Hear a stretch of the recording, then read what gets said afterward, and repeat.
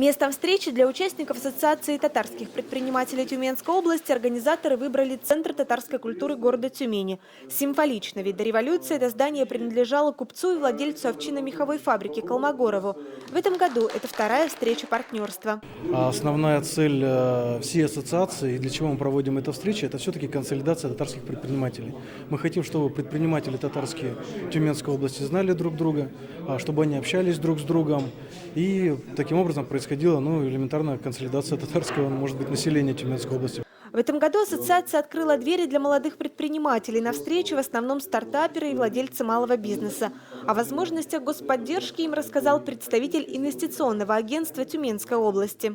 Может быть, даже эти встречи проводить на предприятиях, тех или иных, которые участвуют в этой ассоциации, наглядно можно было бы посмотреть все эти бизнес-процессы и что-либо подсказывать или что-то там, чему-то научиться у кого-то.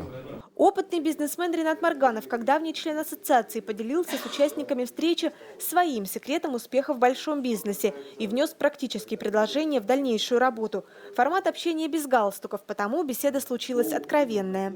Многие вещи познаются на опыте, в практике, там, с 10-й шишки набитой, да, ты понимаешь, что действительно этот путь правильный. И когда узнаешь известных предпринимателей, опытных предпринимателей, что они дают мастер-классы, это очень полезно и очень интересно. Возможно, в дальнейшем будут какие-то совместные проекты с другими участниками ассоциации. Также рассматриваются варианты инвестиций, в том числе в мой проект, как довольно-таки рентабельный и социально значимый проект. Круг вопросов к старшим и опытным коллегам был широким, от модели управления до хобби.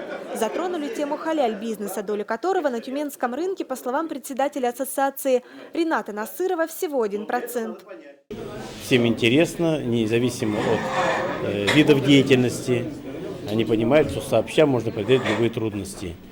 Касаемо халяльной продукции, к сожалению, спрос рождает предложение. И иногда мы желаем и выдаем за действительное.